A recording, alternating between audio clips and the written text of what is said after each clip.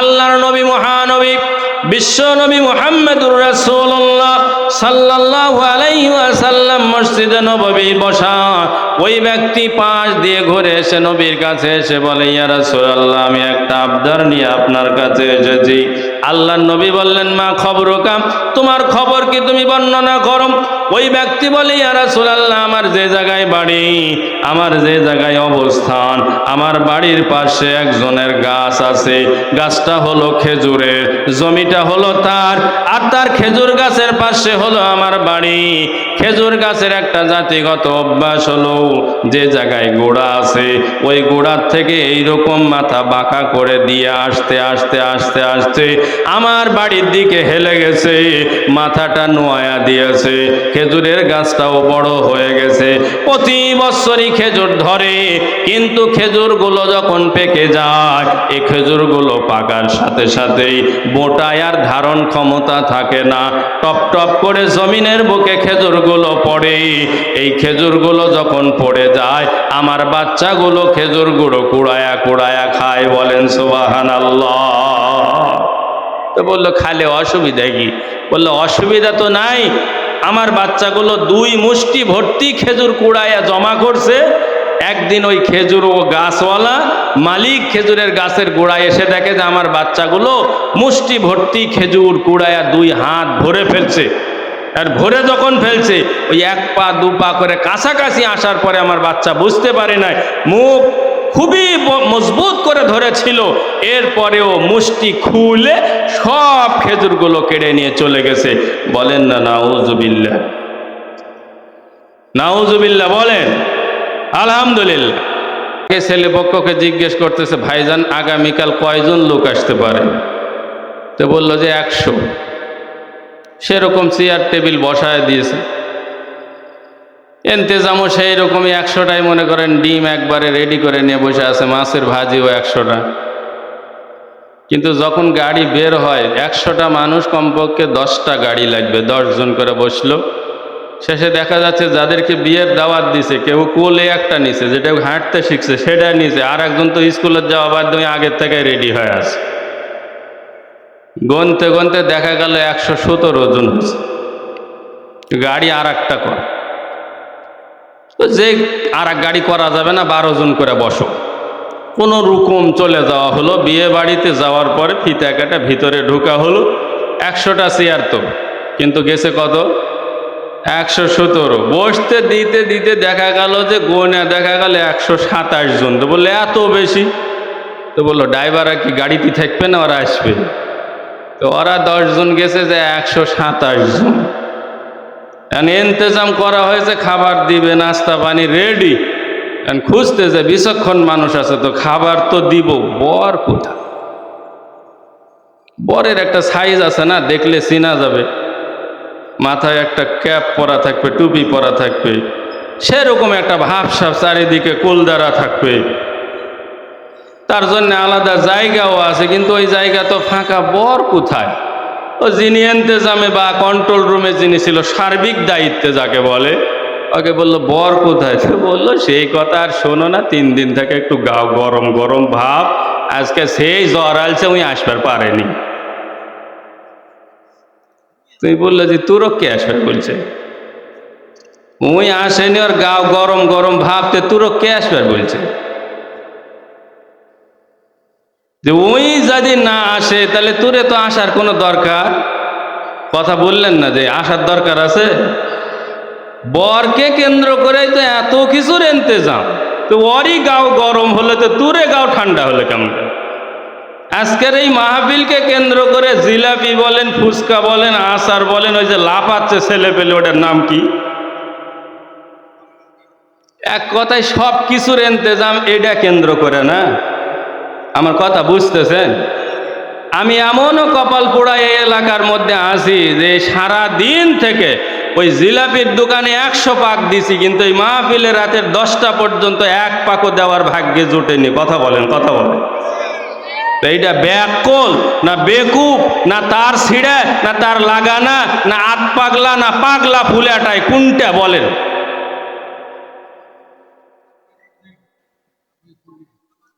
এটা আপনারাই বিচার করবেন। কিন্তু আমরা ওই বেকুফের মধ্যে নাই, যে কয়জন আছে আলহামদুলিল্লাহ বলেন আলহামদুলিল্লাহ। তবে যে কয়জন আছি ওই দলের মধ্যে যেতে চাই না। যা কিছু হবে ভাঙ্গাচুরা কথা, এই কথাগুলো যদি আমি আপনি জীবনের শেষ কথা, শেষ মাহফিল মনে করে শুনে যেতে পারি, এই জায়গা ইয়াউমা ইজিন তুহাদ্দিসু আখবারহা, এই কিয়ামতের মাঠে এই জমিন আমাকে সাক্ষী দিয়া জান্নাতে পৌঁছায় দিবে, বলেন আলহামদুলিল্লাহ। তবে যদি নিয়ত খারাপ হয়, অন্য নিয়ত থাকে, তাহলে এইটা দিয়া আমার নামাজ, রোজা, হজ, যাকাত সব কিছু ঠিক থাকবে, কিন্তু আমার ওই ওয়াজ শোনা দিয়া বা ওই নামাজ দিয়া, ওই রোজা দিয়া কখনোই জান্নাতে যাওয়া সম্ভব, কারণ আমার নিয়তি খারাপ। আপেল কিনতে গেছি, আপেলের দোকানে 250 টাকা কেজি। বললাম ভাই একটু কম নেন, বললাম আমার 245 টাকা কিনা আছে, টাকা বদল করবার বসে আছি, 250ই লাগবে, দাও 1 কেজি দাও, কুটুম বাড়ি যাওয়া লাগবে যেহেতু। বেনিয়া চানাচুর বিস্কুটের দোকানে যেতেই পারিনি, একজন টাই পরা ভদ্রলোক এসে বললো কত রে, বললো 250। আমি এখনই ফেরিঘাটে দেখে আসলাম 200 টাকা কেজি, তুই এত বেশি লিবু কি জন্য এখান থেকে এখানে? তো বললো নেন তাহলে 200 করে নেন। আমি তো সব শুনতেই পাচ্ছি। নিয়ে যখন বিদায় হলো, আমি এসে বললাম যে আপনার গায়ের জুব্বা আমারও গায়ের জুব্বা, আপনার মাথায় টুপি আমারও মাথায় টুপি, আপনার মুখের দাড়ি আমারও মুখের দাড়ি। আমি আপাতত একটা ধারণা করছিলাম আপনার কাছে বাজার করলে ঠকার কোনো অপশান নাই, কিন্তু আপনি যে আমাকে ধোকা দিলেন 245 টাকা বলে কিনাতে 200 টাকা কেমনে বিক্রি করলেন? তো বললো এটা ব্যবসার কোয়ালিটি, আমার যা খুশি তাই কর্ম। তো বললো না তা তো করা যাবে না, সত্য কথা বলে আত্তাজিরু সুদুকুল আমিন মান নাবিয়িন ওয়াস সিদ্দিকিন ওয়াস শুহাদাই ওয়াস সলিহিন। সৎ ব্যবসায়ী যদি হয়, ব্যবসা যদি সঠিক হয়, সৎ হয়, তাহলে এই সততা দিয়া কিয়ামতের ময়দানে নবীদের কাতারে তার জায়গা হবে, বলেন আলহামদুলিল্লাহ। তো বললো তুমি তো ব্যবসা করেন না, তুমি ব্যবসার ক্যাপাসিটি বুঝবেন না, এ টুপি, এ পাঞ্জাবি, মুখের দাড়ি, এগুলো হলো আমার ব্যবসার, আর নামাজ পড়া টুপি আমার পকেটত আছে। নামাজ পড়া টুপি কোন জায়গাতে আছে? আচ্ছা, টুপি যদি ভাগ করলে ব্যবসা সঠিক হয়ে যায়, এটাই কি কথা সঠিক? কথা বলেন, কথা বলেন। অত সহজ নয়, মামার বাড়ির পিঠা নয়, টান দিয়া নিলাম আর মুখের দিয়া দিলাম, ভরে দিলাম, হয়ে গেল। আল ইসলামুল্লাহ আজিদু ওয়ালা আনকুস, ইসলাম ছোট করা যাবে না, আবার ইসলামকে বড় করা যাবে না। ফজরের নামাজ 2 রাকাত ফরজ, যদি কেউ সোয়াবের আশায় আরো 2 রাকাত ধরে পড়ে তাহলে সোয়াব হবে। আবার আসরেরটা 4 রাকাত, যদি 4 রাকাত না পড়ে 2 রাকাত পড়ে তাহলে হবে নাকি? হবে। এজন্য সীমা রেখার ভিতরেই থাকবো, যেইটুক সীমা অতিক্রম করব না ইনশাআল্লাহ। প্রথম কথায় ফিরে যেতে চায়, দুনিয়াতে সর্বমোট লোক কয় প্রকার বলেন? 2 প্রকার, ছোট হলে আর এক প্রকার বড়, ধনী হলে আর এক প্রকার গরিব। আমি যেই সূরাটি তেলাওয়াত করছি আপনাদের সামনে, ভূমিকায় কথা বলবো না, অল্প সময় কথা বলবো কোরআন থেকে ইনশাল্লাহ। আজে বাজে কোনো কথা বলতে পারি না, আমি কিন্তু ওই বাঁকের মোরগ না, 2-4টা বাঁক দেয়া 2-3টা গজল গায়ে চলে গেলাম, ওই রকম কিন্তু না। আমার কথার একটা ধারাবাহিকতা আছে। যারা শুনছে, ওই কালকাপুর থেকে একটা ছেলে আসছে এমপির বাড়ির কাছ থেকে, আমার পোস্টার দেখে এখানে আসছে খালি আমার কথা শোনার জন্যে। আলহামদুলিল্লাহ, কথার একটা ধারাবাহিকতা আছে। এই একটি কথা যদি ছুটে যায়, আপনার পরবর্তী কথা বোঝার কোনো কায়দা নাই, সব বেকায়দায় পড়ে যাবে। মনোযোগ সহকারে শুনবো ইনশাল্লাহ। আমাকে অনেকেই চেনেন, অনেকেই চেনেন না, সেটা বড় কথা নয়। বিড়াল কালো না সাদা সেটাও বড় কথা নয়, ইঁদুর ধরতে পারে কিনা সেটাই বড় কথা। বললেন না যে আলহামদুলিল্লাহ। যেই সূরাটি তেলাওয়াত করছি, সূরার নাম হলো সূরাতুল লাইল। লাইলুন শব্দের অর্থ হলো রাত। এখন যে রাত, ব্যাং ডাকতেছে ঘ্যাঙ্গর ঘ্যাং, পাশেই আমরা বসে আছি, যদিও একটু ডিস্টার্ব হবে, মনোযোগ আমার দিকে দেন। যেই সূরা তেলাওয়াত করছি, সূরার নাম হলো রাত। আল্লাহ সূরার শুরুতে 3টা কসম করছে।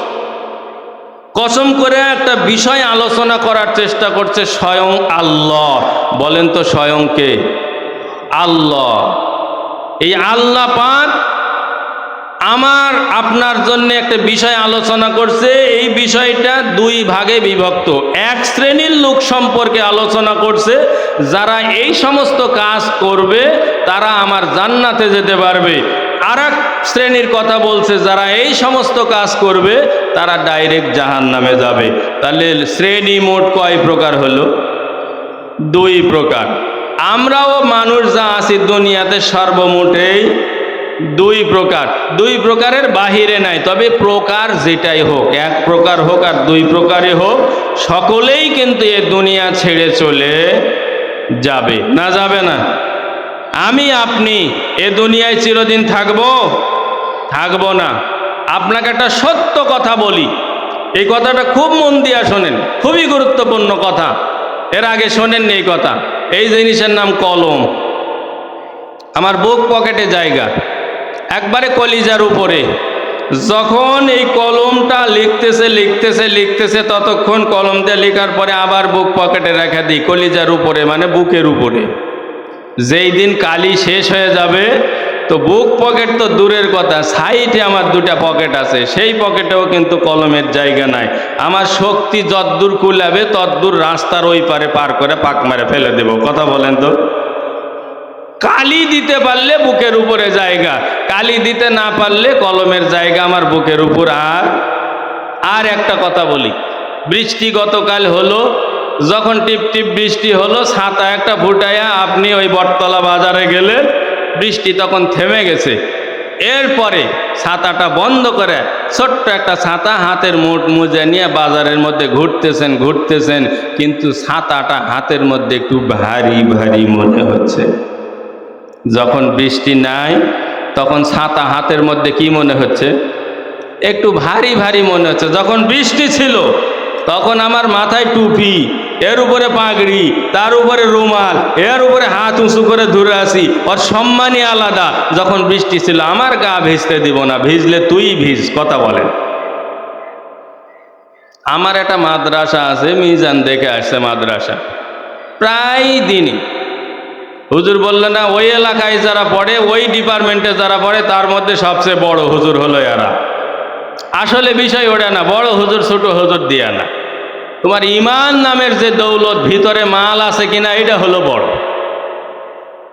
মাদ্রাসায় প্রতিনিয়ত প্রায় হুজুর মানে মানুষ আসে হুজুরের কাছে, হুজুর একটু 10টা ছাত্র নিয়ে যদি আমার বাড়িতে একটু যেতেন আপনি। কেন ভাই? বললো আমার বাবা অসুস্থ হয়ে পড়ে আছে, শুইয়া থাকতে থাকতে পিঠে ঘা হয়ে গেছে, গোসল করা দিতে লাগলে চামড়া জোড়া যায়।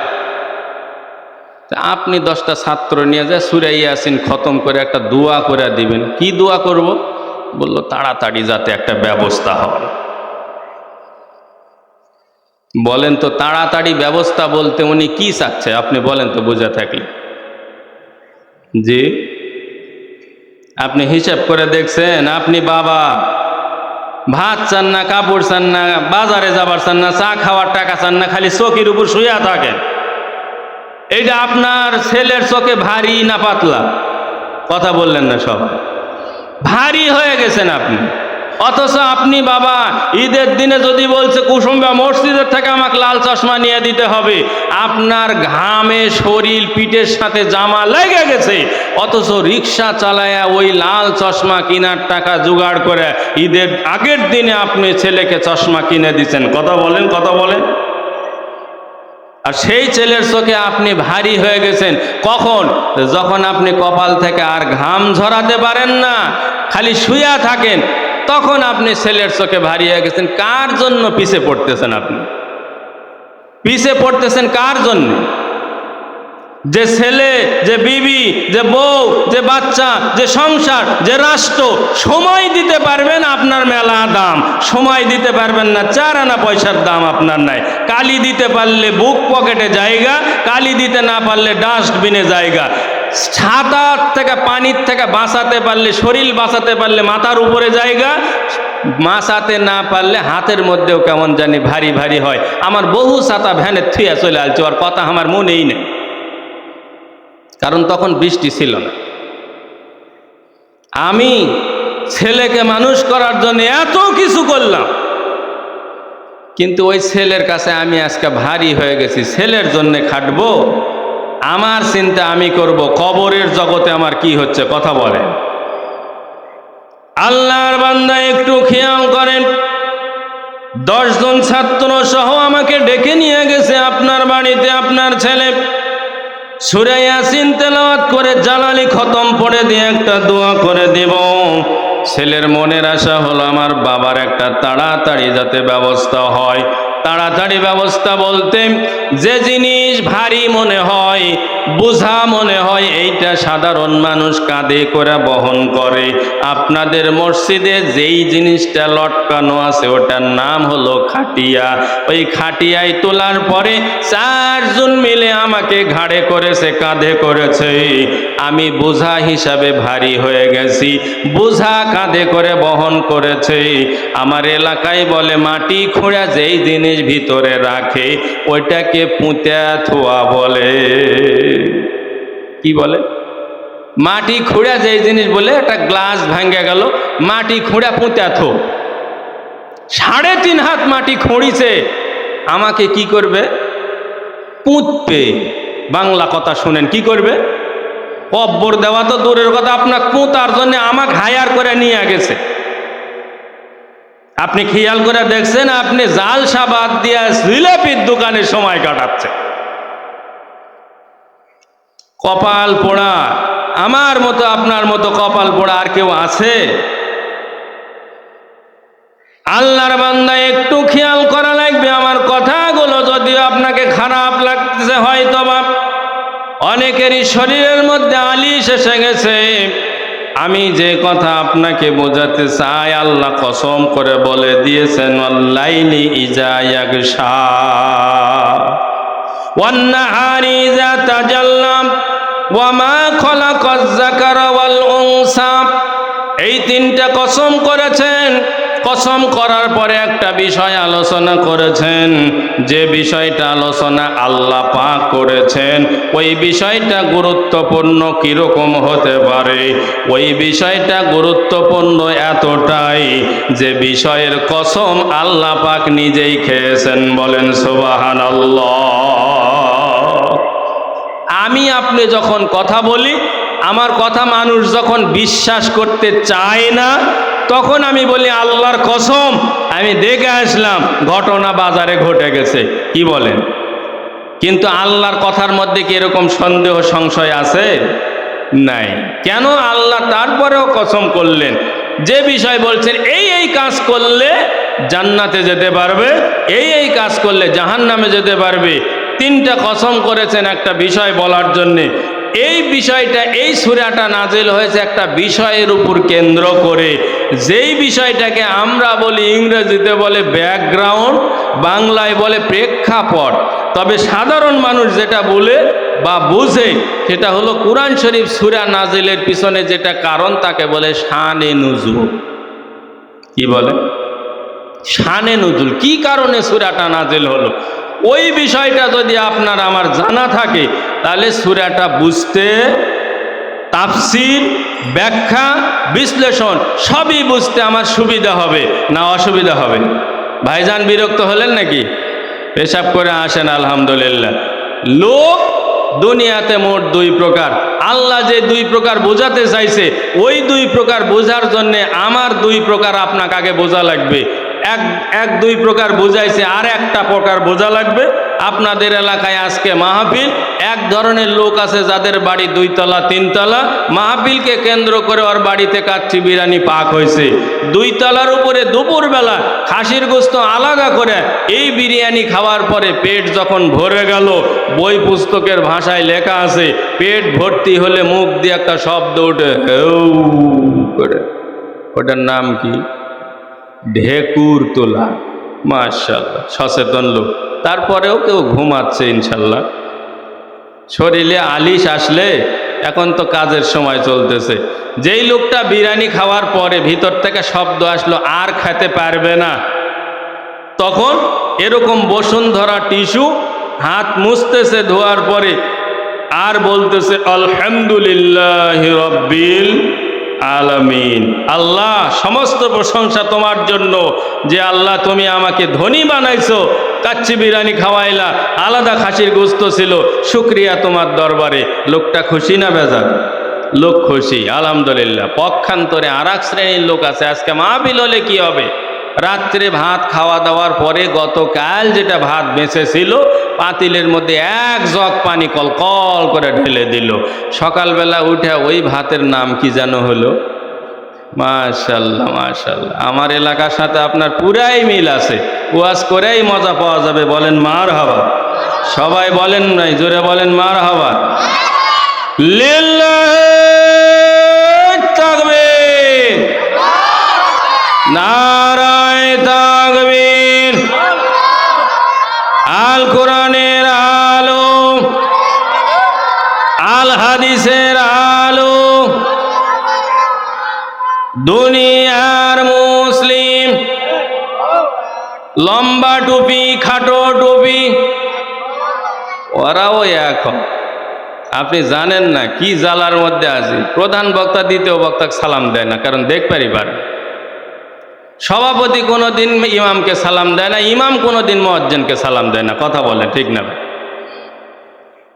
আমি যেই মসজিদে, কি বলবেন ভেজাল না জাল সেটা জানি না, তবে আমি যেই মসজিদে জুমার খুতবা দিই, মুয়াজ্জিন সাহেব আছে, আজ 20 বছর ইমামতি করতেছি। ওই মসজিদের মুয়াজ্জিন আমাকে বলছে খালি স্যান্ডেল বাইরে থুইয়া ঢুকালয় তো, খাট নিয়ে আসে ঝাড় ঝাঁটা দিতে। এক সপ্তাহ পরে আয়োছেন, আধা ঘন্টা বক্তব্য দিয়ে আমার তিনি বেতন বেশি আছেন, খালি ওই করা লয়, ঠেলা আছে আমার উপর। ওই বুঝি খুশি আছে না কি বলে?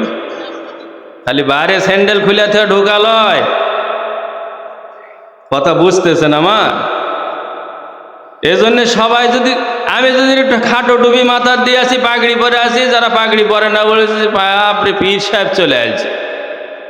আর যারা লম্বা টুপি মাথার দিয়ে আছে ওরা আবার বলছে কে রে, 2 তালা টুপি ছাড়া 1 তালা টুপি পাওয়া যায় না। কেউ কারোকে দেখতে পারে না। কথা বলেন ঠিক না বেটে?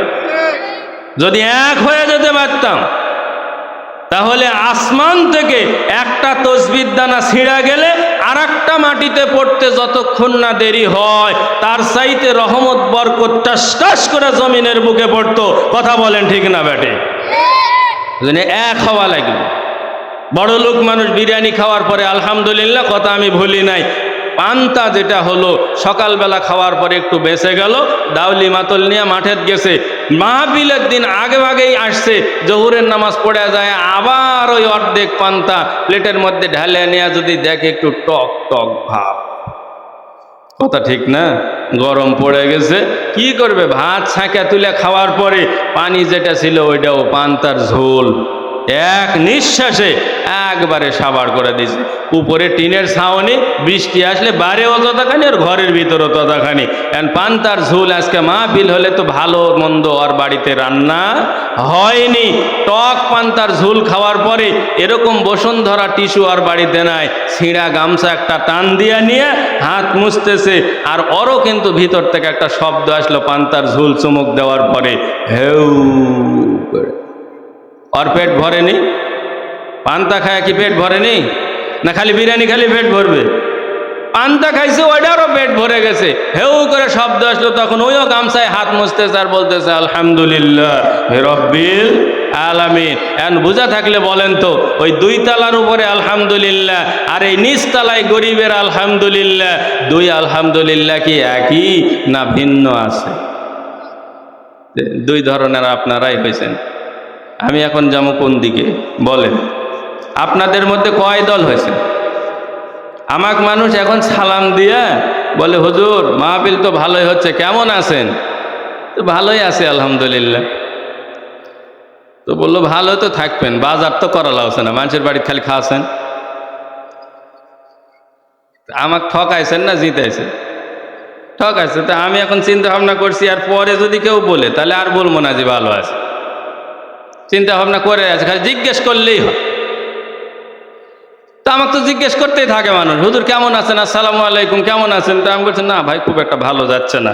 তো ওই কি বললো যে ভালো থাকার কথা নয়, খাওয়ার তো আর আচার বিচার নাই। পেট ভালো থাকার কথা দেখে শুনে তো খাওয়াছেন না। তাহলে আমি এখন কোন দিকে, ভালো থাকলেও দোষ মন্দ থাকলেও দোষ, কোন দিকে যাও? আগে বলতো মানুষ জুড়ে গেলেও দোষ ধীরে গেলেও দোষ, এখন আমি ভালো থাকলেও দোষ মন্দ থাকলেও দোষ, আমি এখন যাবো কোন দিকে? কথা বলেন তো।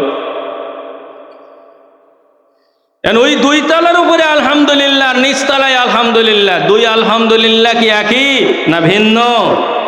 আল্লাহ নবী বলে দিয়েছে কিয়ামতের ময়দানে ওই দুই তলার আলহামদুলিল্লাহ আর নিচতলার আলহামদুলিল্লাহ, দুই আলহামদুলিল্লাহর মধ্যে পার্থক্য হলো কিয়ামতের ময়দানে আল্লাহ নবী বলে দিয়েছে নিচতলার আলহামদুলিল্লাহ ওয়ালা অর্থাৎ গরিব ধনীদের 500 বছর আগে জান্নাতে যাবে। কন্যা সুবহানাল্লাহ, হয় না? ইমানি আওয়াজে বলেন সুবহানাল্লাহ।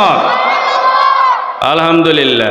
ধনী গরিব সকালেই ইন্নাল্লাহ গনিয়ুন ওয়া আনতুমুল ফুকারা, আল্লাহ হলেন সবচাইতে ধনী, আমরা সবাই গরিবের দল, গরিব হয়ে 500 বছর আগে জান্নাতে যেতে চাই। বলেন আলহামদুলিল্লাহ।